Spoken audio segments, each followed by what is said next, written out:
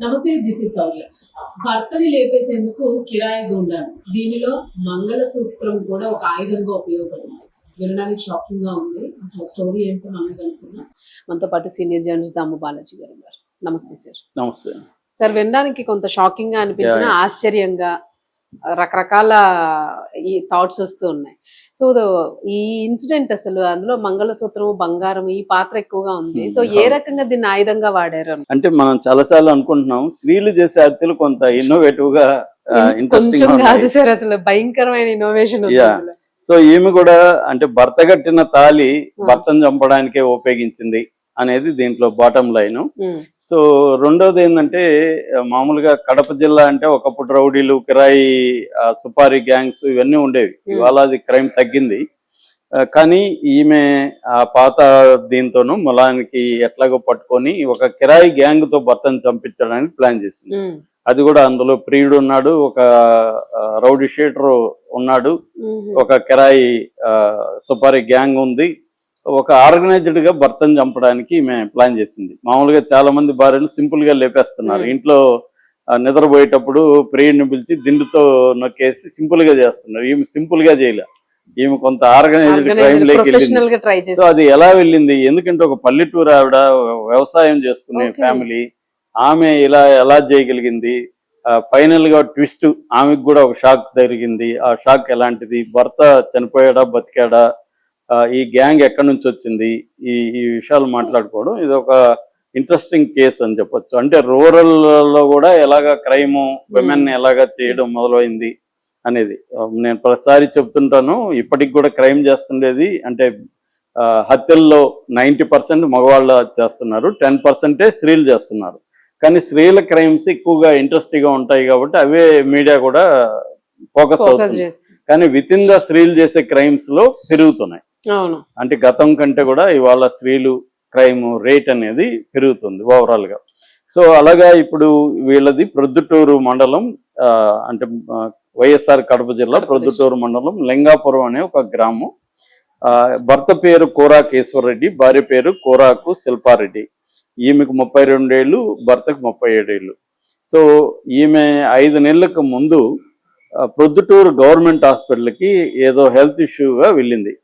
అక్కడ ఆమెకి దాసరిగాళ్ళ నాగ సుధీర్ అనే 32 ఏళ్ళ అబ్బాయి అక్కడ కాంట్రాక్ట్ ఎంప్లాయీ గవర్నమెంట్ హాస్పిటల్, అతనితో పరిచయం అయింది.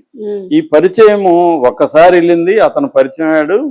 ఇమీడియట్ గా ఫోన్ నెంబర్లు, అదే cinematic first love at first sight లాగా వీళ్ళకి రొమాన్స్ స్టార్ట్ అయిపోయింది. వీళ్ళిద్దరికి అఫైర్ మొదలైపోయింది. సో అక్కడి నుంచి భర్తకి తెలిసిపోయింది, ఎందుకంటే ఇది పల్లెటూరులో అఫైర్లు అనేవి ఈజీగా తెలిసిపోతాయి. సిటీలన్నా అక్కడికెక్కడ తిరిగి మాయ చేయొచ్చు కొద్ది రోజులు. అలాగే తెలిసిపోయినాక భర్త మందలించడం, ఆమెను కంట్రోల్ చేయడం, ఇంకేదో గొడవ ఉంటుంది కదా, అలాగా గొడవలు మొదలైనప్పుడు మామూలుగా అయితే ఇలాంటి కేసుల్లో విడాకులు తీసుకుంటే ఎవరి పాటికి ఆమె జీవితం బాగుండేది. కానీ జనరల్గా ఏంటంటే ఇండియన్ కాంటెక్స్ట్ లో చాలా మంది అనుకుంటారు విడాకులు విపరీతంగా తీసుకుంటున్నారు. కానీ డేటా చూస్తే 1% ఉంది విడాకుల రేటు. అంటే మనకు అర్బనైజ్డ్ ఎలీట్ సర్కిల్లో మాత్రమే విడాకుల కేసులు ఎక్కువ కనబడతాయి. కానీ రూరల్ దీంట్లో కానీ లేకపోతే అర్బన్ పూర్లో కానీ ఇంకా విడాకులు లేదు. ఎందుకంటే మన సమాజం భార్య భర్తలు విడిపోతే, ముఖ్యంగా పిల్లలు ఉంటాయి, భర్త కూడా ఏమనుకుంటా అంటే సరే ఈ మీద తప్పు చేసింది, దీనికి ఇప్పుడు విడాకులు ఇచ్చేస్తే మనకి పరువు పోతుంది, రెండోది పిల్లలుంటే పిల్లలతో ఇబ్బంది, ఇవన్నీ అనుకొని విడాకులు ఇవ్వరు భర్తలు. That is one angle. Second angle, స్త్రీలు ఎందుకు భర్తలను చంపేస్తారంటే ఆస్తి కూడా వస్తుంది కదా. ఇప్పుడు మొగుడిని చంపేస్తే ఆస్తి వస్తుంది, మనకి అబ్స్టాకిల్ అంటే అడ్డుపోతుంది, ఎంజాయ్ చేయొచ్చు హాయిగా అనేది యాంగిల్ కూడా చాలా కేసుల్లో మనం చూస్తున్నాం. సో ఈమె ప్రియుడుతో రొమాన్స్ లోకి ఒక అడిక్ట్ అయిపోయింది. అడిక్ట్ అయిపోయినప్పుడు భర్త అడ్డుపడుతున్నాడు. దాంతో ఆమె ఏం ఆలోచింది అనేది ఇతను లేపేద్దామని డిసైడ్ అయ్యి ప్రియుడితో చెప్పింది, నాగసుధీర్తో చెప్పింది. నాగసుధీర్ కూడా ఇమీడియట్ ఓకే చేశాడు. ఆమె ఐడియా ఈయనకు కూడా నచ్చింది. ఎందుకంటే దానికి కావాలన్న పెట్టుబడి అంతా ఆమె ఇస్తానంది. నా దగ్గర గోల్డ్ ఉంది, మొత్తం 14 తులాలు ఇచ్చింది ఇతనికి, నాగసుధీర్కి. నాగసుధీర్ ఏమన్నాడంటే, దీన్ని భర్తను లేపేయాలంటే డిస్కస్ చేసుకుంటారు కదా, ఎలా లేపాలి ఏంటి అనుకున్నప్పుడు ఇది పల్లె, ఈ ప్రీడ్ వెళ్ళి ఆ పల్లె వాళ్ళ ఊర్లోకి వెళ్ళి చంపడం అనేది కష్టం. మామూలుగా సిటీలో అయితే నేను ఇందాక చెప్పినట్టుగా సింపుల్ గా దిండు అదిమి చేసేసి చంపేస్తున్నారు. తాగించి ఆ రోజు మందు తాగించి బాగా నిద్రపోయినాక దిండు అదిమి భార్య కాళ్ళు పట్టుకుంటే ప్రీడ్ వెళ్ళి చెస్ట్ మీద కూర్చొని చంపే సింపుల్ గా కానిస్తున్నారు చాలా చోట్ల. ఇదేమో పల్లెటూరు, ఇతను వెళ్ళి అక్కడ చేస్తే ఇవన్నీ కాబట్టి ఒక మనం ప్రొఫెషనల్ గా చేద్దాం. వాళ్ళైతే పైగా గ్యారంటీ ప్రొఫెషనల్స్ అయితే వాళ్ళు ఒక సిస్టమేటిక్ గా ఆర్గనైజర్ చేస్తారు అని చెప్పి ఇతనికి తెలిసిన, అంటే ఈ గవర్నమెంట్ హాస్పిటల్ కాబట్టి క్రిమినల్స్ ఖైదీలను కూడా అక్కడికి తీసుకొస్తారు కదా, అలాగా ఇతనికి ఒక రౌడీ షీటర్ తో పరిచయం ఉంది. అతని పేరు రాజుపాలెం వినయ్. అతనిది రాజుపాలెం అనే ఊరు, వినయ్ అతని పేరు, రౌడీ షీటర్. అతనికి చెప్పాడు విషయం, ఇలాగా ఒకడిని వేసేయాలి, ఏంటి పరిస్థితి అంటే, నాకు ఒక హిందూపురం గ్యాంగు, అంటే ఇక్కడ కూడా సుపారిలో మళ్ళీ గ్యాంగ్స్ ఉంటాయి. హిందూపురంలో శ్రీ సత్యసాయి జిల్లా హిందూపురంలో గ్యాంగ్ ఉంది, వాళ్ళకి మనం మాట్లాడదామని తన ఆ గ్యాంగ్ని కాంటాక్ట్ చేశాడు. ఆ గ్యాంగ్ మెంబర్స్ మొత్తం 9 మంది. ఆ 9 మంది 10 lakhs అడిగారు డబ్బులు. సరే 10 lakhs వీళ్ళు ఒప్పుకున్నారు. ఈమె 14 తులాల గోల్డ్ నాగసుధీర్కి లవర్కి ఇచ్చింది. ఇతను ఏం చేశాడంటే, ఇతనిది నేటివ్ ప్లేస్ జమ్మలమడుగు. సో జమ్మలమడుగులో తనకు తెలిసిన గోల్డ్ షాపుల్లో ఇట్లా మాకేదో ప్రాబ్లం వచ్చిందని కొంత ఒకేసారి 14 తులాలు ఒకే దగ్గర పెడితే ప్రాబ్లం అని రకరకాల షాపుల్లో కొంత కుదవబెట్టాడు, కొంత కరిగించి గోల్డ్ ఆభరణాలు కదా ఇవన్నీ, జ్యువెలరీస్ కాబట్టి వాటిని గోల్డ్గా కరిగించి కొన్ని చోట్ల అమ్మాడు, కొన్ని చోట్ల కుదవబెట్టాడు. ఈ 2 టౌన్లలోనూ ఈ పని చేశాడు. దీంట్లో ఆమె ఇది కూడా ఇచ్చేసిందంట, మంగళసూత్రం కూడా. అంటే దీనికి పనికి రాకపోతే దీనికి పనికి రాకపోతే ఇంక దేనికని, తర్వాత ఏమో అవసరం కూడా లేదు కదా, సో ముందుగానే అది కూడా ఇచ్చేసింది. సో ఇచ్చేసి ఆ గ్యాంగ్ రంగులో దిగారు. అడ్వాన్స్ గా 5 లక్షలు ఇచ్చారు, మిగతా 5 లక్షలు పని అయినాక ఇస్తామని చెప్పారు. ఇది కూడా మామూలే కదా. సో వాళ్ళు వచ్చారు. గ్యాంగ్ ఏంటంటే 2 రకాల ప్లాన్లు వేశారు. వాళ్ళు ప్రొఫెషనల్ కదా, ప్రైమరీ ప్లాన్, సెకండరీ ప్లాన్ అని 2 వేశారు. అంటే plan A, plan B. Plan ఏదంటే ఈమె రియల్ ఇంటెలిజెన్స్ అంటారు దాన్ని, అంటే రియల్ టైమ్ ఇంటెలిజెన్స్. అంటే అతను ఎక్కడెక్కడ వెళ్తున్నాడు ఏంటి మొత్తం ఎప్పటికప్పుడు ఈమె మినిట్ టు మినిట్ చెప్పాలి. చెప్పిన తర్వాత మామూలుగా అయితే వీళ్ళ స్కెచ్ ఏంటంటే, ప్రొద్దుటూరు బైపాస్ రోడ్డు అయితే వెహికల్స్ వేగంగా వెళ్ళిపోతుంటాయి, జనం అక్కడ పెద్దగా ఉండరు, అక్కడ వేద్దామని డిసైడ్ అయ్యారు ఈవినింగ్. సరే అని మొన్న 22వ తేదీ గ్యాంగ్ దిగారు. గ్యాంగ్కి వినయ్ ఏర్పాట్లన్నీ చేశాడు, మందు వ్యాపారాలు ఉండడానికి ఇవన్నీ కూడా రౌడీ షీటర్ చూసుకున్నాడు. సో గ్యాంగ్ దిగింది. ఈమెమో రియల్ టైమ్ ఇంటెలిజెన్స్ ఇస్తుంది కదా, ఆవిడ బయలుదేరాడు బైక్లు అని ఆమె చెప్పింది. వీళ్ళు 2 కార్లు వాడారు, మొత్తం 9 మంది. వీళ్ళు కార్లలో బయలుదేరారు. సో అతని డీటెయిల్స్, అతని బండి వీడియో తీసి పంపింది, అంటే ఏ బండి ఏ కలర్ మొత్తం. సో అతని ఫోటోలు అన్ని కూడా వీళ్ళకి వచ్చేసాయి. సో రెండోది ఏంటంటే, ఈ రౌడీ వినయ్కి కూడా ఆల్రెడీ చూపించి పెట్టారు. సో ఇవన్నీ తెలుసు కాబట్టి వీళ్ళు ఫాలో అయ్యారు. ఫాలో అయ్యి అతన్ని ఢీ కొట్టారు. అంటే వాళ్ళ ప్లాన్ ఏంటంటే, ఒకవేళ ఇక్కడ ఫెయిల్ అయితే ఇతను పొలంకి వెళ్తాడు.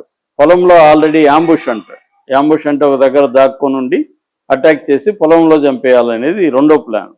అక్కడ కొద్దిగా రిస్క్, ఎందుకంటే పొలంలో అక్కడ ఇక్కడ పని చేస్తుంటారు, అది ఓపెన్ ప్లేసు, మళ్ళీ రిట్రీట్ చూసుకుంటారండి. అంటే ప్రొఫెషనల్ గ్యాంగర్స్ ఎప్పుడు కూడా మామూలు వాళ్ళు ఏందో చంపే వరకు ఆలోచిస్తారు.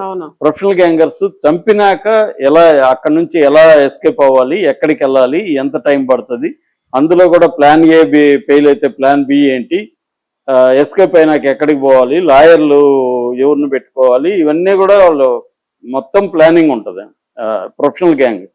అందుకని జనరల్ సుపారీ ఇంత డబ్బులు ఎందుకు ఇస్తారంటే, జనరల్ గా మిస్ అవ్వదు. తర్వాత కూడా వాళ్ళు ప్లాన్డ్ గా మనం దొరికితే ఎలా మాట్లాడాలి ఇవన్నీ వాళ్ళకి, ఎందుకంటే ఆల్రెడీ సిస్టమ్స్ తెలుసు వాళ్ళకి, పోలీస్ వ్యవస్థ, జైలు ఇవన్నీ తెలుసు వాళ్ళకి, ఇవన్నీ ఎట్లా పనిచేస్తాయి కూడా వాళ్ళకి తెలుసు అనమాట. అందుకని దాన్ని ఉపయోగించుకొని వాళ్ళు ప్లానింగ్ అంతా అట్లా ఉంటుంది. సో వీళ్ళు కూడా అలాగ ప్లాన్ చేశారు. సో కార్ని, ఈ వెహికల్ని, 2 వీలర్ని ఫాలో అయ్యారు. ఫాలో అవుతూ ఒక దగ్గర పోయి గుద్దారు.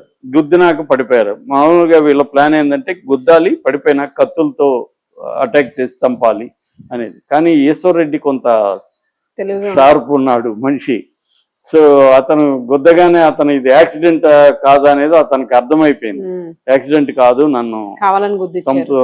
కొద్దిగా కడప బ్యాక్గ్రౌండ్ అవన్నీ ఉండడం వల్ల కూడా వాళ్ళలో కొంత ఉంటది. అవును. ఇది చూస్తా ఉంటారు కదా. సో దాను ఇమ్మీడియట్ గా పడగానే గబగబాని లేచి పరిగెత్తగలిగాడు, అరిశాడు. జనం కూడా అక్కడక్కడ వెహికల్స్ అన్ని ఆగడం, దాంతో గందరగోళం అయిపోయింది, వీళ్ళ ప్లాన్ ఫెయిల్ అయిపోయింది. దాంతో అక్కడ నుంచి అతను ఎవరిదో వెహికల్ లిఫ్ట్ తీసుకొని అక్కడ నుంచి నేరుగా 1 టౌన్ పోలీస్ స్టేషన్కి వచ్చి మొత్తం కంప్లైంట్ ఇచ్చాడు. 1 టౌన్ పోలీస్ స్టేషన్లో కూడా సిఐ కొండారెడ్డి చాలా క్విక్గా ఇమ్మీడియట్ గా 2-3 బృందాలని దీనికోసమే కేటాయించి రంగంలోకి దించాడు. సో ఆల్రెడీ ఆమె ఫోన్ నెంబరు, ఆమెని ఫస్ట్ పట్టుకోగలిగారు. అట్లాగే సుధీర్ దొరికాడు. దాంతో ఇంకా వరుసగా గ్యాంగ్ మెంబర్స్ అందరూ కూడా, అంటే ఒకటేమో ఫోన్లు ట్రాక్ చేశారు, రెండోది ఈ మనీ ట్రైల్ ఇతను ఎక్కడెక్కడ అమ్మాడు అవన్నీ కూడా ట్రాక్ చేయగలిగారు. సో మొత్తం అయితే చాలా పకడ్బందీగా కేసును అయితే పట్టుకోగలిగారు. ఇప్పుడు 11 మందిని అరెస్ట్ చేశారు. వాళ్ళు 9 మంది, వీళ్ళు ఒక వీళ్ళిద్దరి కోసం మొత్తం అరెస్ట్ చేశారు.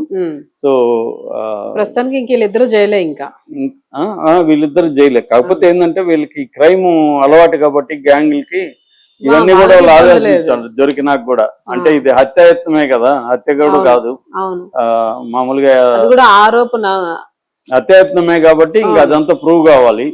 సో ముందు 1 నెల అయితే జైల్లో ఉంటారు. జైల్లో కూడా వీళ్ళకి ముందే ప్లానింగ్ ఉంటది. జైల్లో డబ్బు నేను చెప్పినా కదా, జైల్లో డబ్బులు ఉంటే బాగానే అత్తగారింట్లో అల్లులాగా ఉండొచ్చు. సో అవన్నీ ముఖ్యంగా కడప జిల్లాలో చాలా బాగా జరుగుతుంది, డబ్బులు ఉంటాయి. సో అలాగా వీళ్ళు ప్రజెంట్ అయితే వీళ్ళిద్దరు మాత్రం ఎవిడెన్స్ దొరికేసినట్టే కదా సార్. ఇప్పుడు భార్యాభర్తలు, అదే లవ్వరునా అమ్మాయి, అదే ఇవన్నీ రేపు కోర్టులో సాక్ష్యాలు నిలబడాలి. ఆమెకు సంబంధం లేదన్నారనుకో, రేపు వీళ్ళు ఆమెకు సంబంధం ఉన్నట్టు నిరూపించడానికి ఫోను, కాల్ రికార్డులో సిడిఆర్ అంటారు కదా, కాల్ డేటా రికార్డు, అవన్నీ సబ్మిట్ చేయాలి, టెక్నికల్ ఎవిడెన్స్. ఇక్కడ కానీ పోలీసులు కానీ మేనేజ్ చేశారనుకోండి, పోలీసులు ఎవిడెన్స్ ని మెల్లగా డైల్యూట్ చేస్తారు. లేదు అని అనుకుంటే ఆ ప్రియుడికే మొత్తం చుట్టుకునేటట్టుంది. బంగారం పట్టుకుపోయి అమ్మాడు కదా, వాడి దొంగతనం చేసాడని అన్నది అనుకోండి, అదే వాడికి కొద్దిగా దొరుకుతాడు.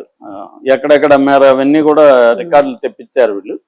కాకపోతే దానికి దీనికి లింక్ పెట్టాలి. అంటే ఆ గోల్డ్ అమ్మడం, ట్రైల్ ఆఫ్ గోల్డ్ అంటారు, ట్రైల్ ఆఫ్ మనీ, ఇవన్నీ చేయాలి. అంటే పకడ్బందీగా ఆర్గనైజ్డ్ గా పోలీసులు పనిచేస్తే మాక్సిమం చేయొచ్చు.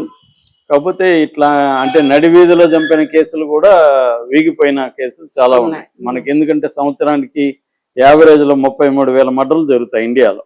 అందులో 40-30% కూడా